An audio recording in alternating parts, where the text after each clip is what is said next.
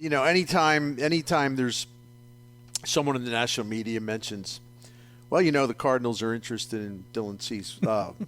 Yeah, I think that's been established for quite a while. So no, I'm not mocking the report. And it's Ken Rosenthal. I'm not at all. That's not the point of my humor, I guess. It's just that I think everybody that has paid attention realizes the Cardinals have had their eye on Dylan Cease, as they should. And I think that despite what John Mozeliak said, downplaying the search for another starter, that I think that very much applied to free agency. It's always been there. The possibility of a trade has always been there. And Dylan Cease is a logical candidate. In fact, unlike for all these people that are just absolutely just fixated, obsessed, salivating about Tyler Glasnow and Shane Bieber, who both can become free agents after next season, both of whom have been really going through some concerning injuries. Bieber, elbow, shoulder, Glasnow, elbow, you name what else. He's never pitched more than 120 innings in a season. In 2 of his last 3 seasons, Bieber has missed considerable time. But you have people that want to see the Cardinals, of course, give up more draft picks and or trades for Tyler in a trade for Tyler Glasnow. Trade everybody for him, and maybe make a couple 3-4 starts, and then he'll go in the IL for 60 days. Great trade. That really makes that's really smart. So anyway, Cease, let me get to the point. Cease actually makes sense. Always has made sense from the standpoint that he's under contract control for 2 seasons. He cannot become a free agent until after the 25 season. We'll talk about this. Do I think the Cardinals are going to get him? No. I've been surprised before. Do I think that perhaps people are overestimating their chances of getting him? Probably. But I tell you what, Jim Hewer, as soon as this stuff popped up, I went, oh, goody. I can't wait to go to the interwebs, and I can't wait to sort through all the fantasy trade proposals. One dude put together 5 trade packages. Oh, 5. Yeah, for Cease. So one of them's going to work. There'd be a whole lot of hyperventilating going on, right? Yes, there is. There would be. Whole lot of shaking and hyperventilating going on. I just hope some of these cats, man. I just hope they can make it through the offseason. Because the other day, when the Associated Press reported that Sonny Gray backloaded his contract, the Cardinals only have to pay him $10 million this year. This coming year, I should say. And that immediately was translated into Yamamoto. Here he comes. Oh, and him and Lars Nootbaar are friendly. And Yamamoto's mom, her favorite player is Lars Nootbaar. So they cleared out all this franchise. They cleared out all this space with the Sonny Gray backloaded contract, and the Nootbaar and Yamamoto families are like basically blood relatives by now. They're like brothers. The families are going to merge. Cardinals are going to go get Yamamoto. I don't know why it's not done. And then, they're going to outbid all these punks. They're going to ramp it up for $270 million and get them. And they have to, because you can't disappoint poor Lars Nootbaar's mother or Yamamoto's mother or Lars Nootbaar. You can't break these people's hearts. So Bill DeWitt, being the sentimental type, he'll spend $300 million to get Yamamoto. That's what I'm supposed to believe anyway. But it's funny how it works, because Yamamoto, that fever, and the fever was running high until people, I think, started to realize, well, wait a minute. According to the Fangraphs roster calculations, which are really good, I think even better than Cott's, to be honest with you. the Cardinals' 26-man payroll is up to $180 million, even when you factor in the Gray discount for the first year. And their 40-man payroll is already over $200 million. It's $208 million. So the Cardinals are number 9 right now in 40-man payroll, number 9 in 26-man payroll. That doesn't mean they don't have room to spend. But from what we were led to believe, it wasn't going to be a huge payroll boost, but they would be right around where they were last year as far as before the trade deadline. And that's disappointing because I think they can stretch it. I do. But even with the Gray discount, first-year discount factored in, the Cardinals are pretty much right at or just barely under where they were before the trade deadline last year. So how the hell does that translate into, Yamamoto, oh, boy, I can't wait. How does that translate into that? Now, Cease, so in other words, that fever was burning, man. Oh, yeah. It was burning. And all of a sudden, these same people, they're not talking about Yamamoto. Now it's Dylan Cease. Well, at least Dylan Cease is realistic, depending on what the Cardinals are willing to give up. So I do think, I like to make fun of this stuff, and I'm probably annoying a little bit. Forgive me if I'm annoying you, but I just try to be realistic and pragmatic. I don't get carried away with flights of fantasies. You can't. I'm sorry, and I apologize. You can't go to scoopswithdannymac.com and read where I put together 27 trade packages for Dylan Cease. I'm sorry, I let you down. But do the Cardinals have what it takes? Yeah, sure they do. Do we know what the White Sox are looking for? No, not really. Rosenthal had one really interesting little nugget in his piece about this at The Athletic, which is, number one,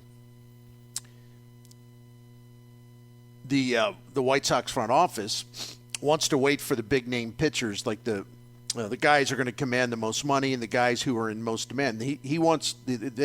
Matt Getz wants all those guys signed before he makes a Cease trade. In other words, well, with all these top starters off the board, and several big spending, aggressive, borderline rabid teams still needing a top of the rotation type starter, Getz of the White Sox figures he can really leverage that and get more for Cease by waiting rather than doing it earlier. And I actually think that makes a lot of sense.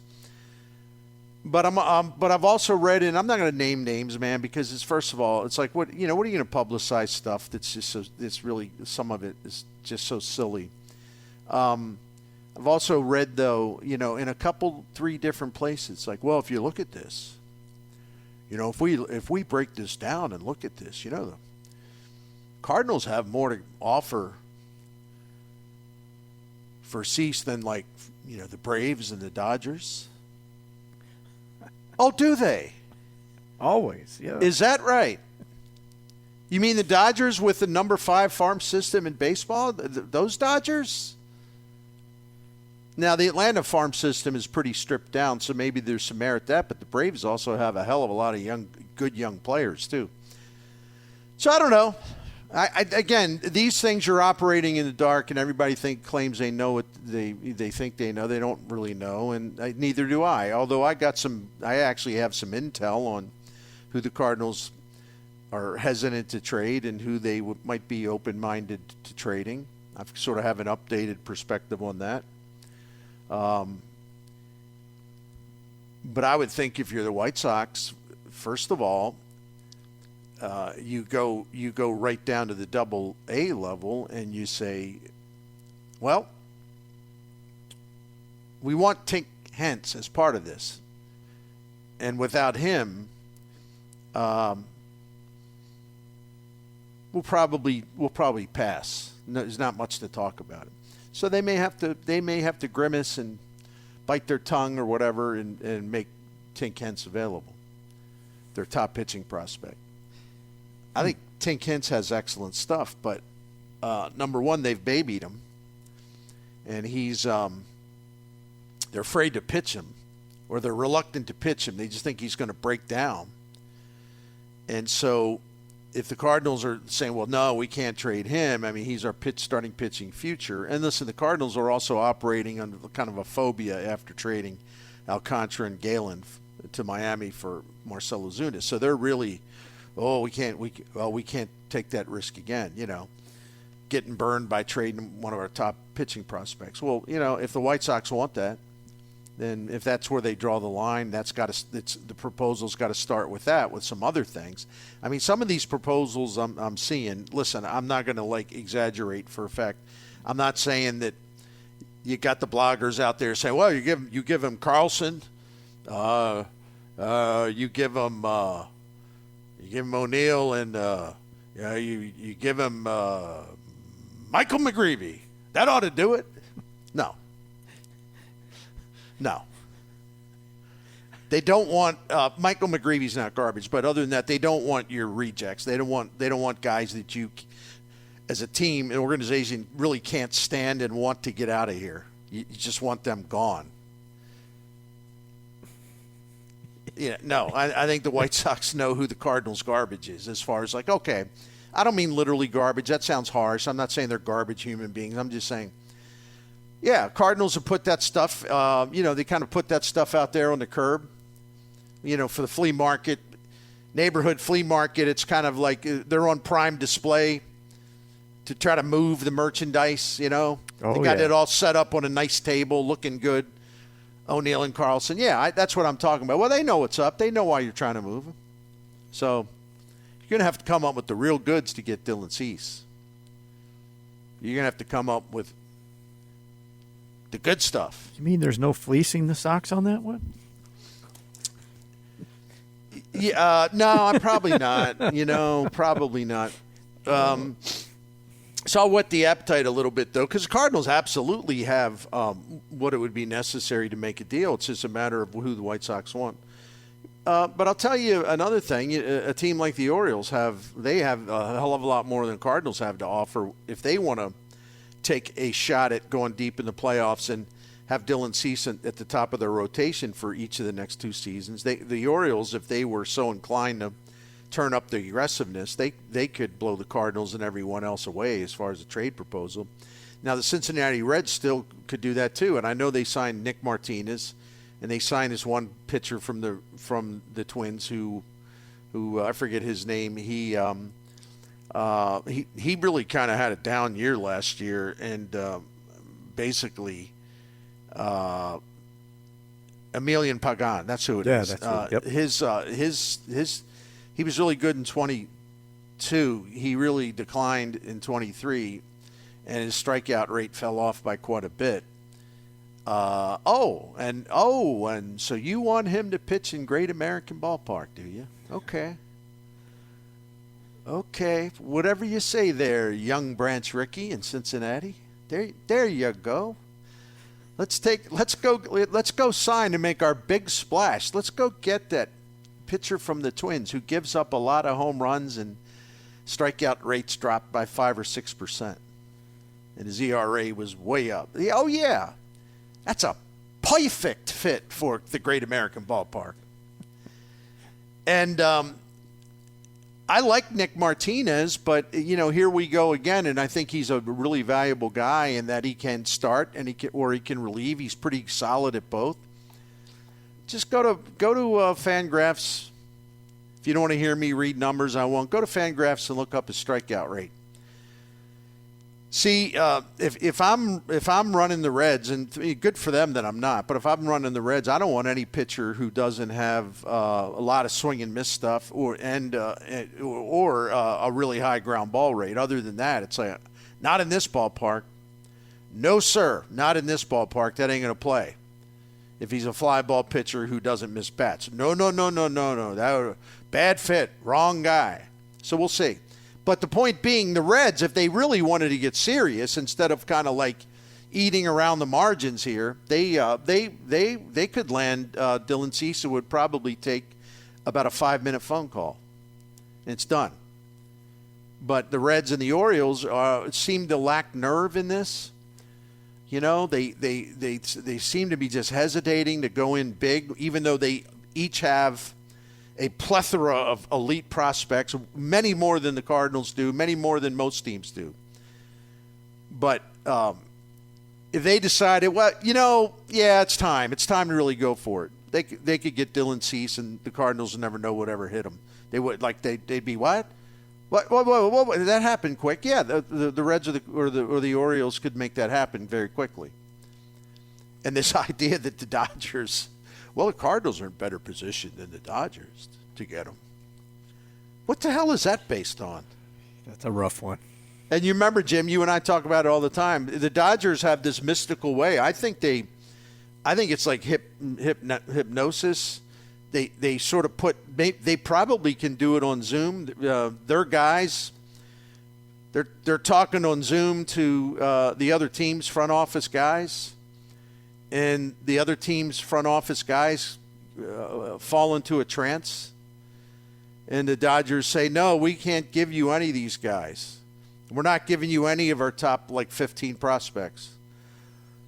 And then because they're under the Dodgers trance, the mysterious trance that all these teams go into, when they give the Dodgers what they want and the Dodgers give up virtually nothing in return, why are the Cardinals in better position to get a guy like Cease than the Dodgers?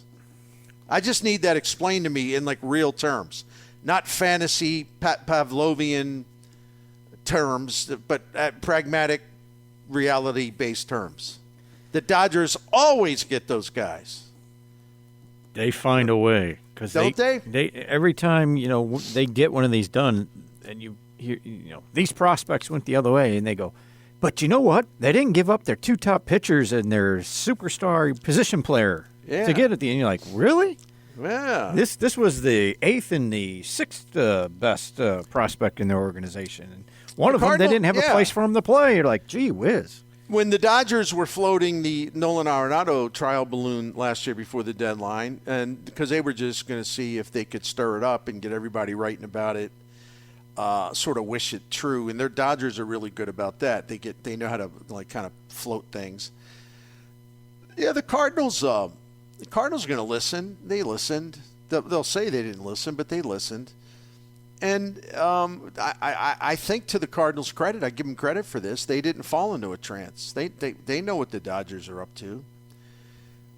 And so when the Cardinals are like, well, first of all, you got to start with Bobby Miller, and then you got to throw in this guy. We're talking about all their two fantastic young pitchers, maybe 3. The Dodgers wouldn't do that, and so there wasn't much to talk about. So the Dodgers wanted the Cardinals to, in effect, donate Arenado to them. No.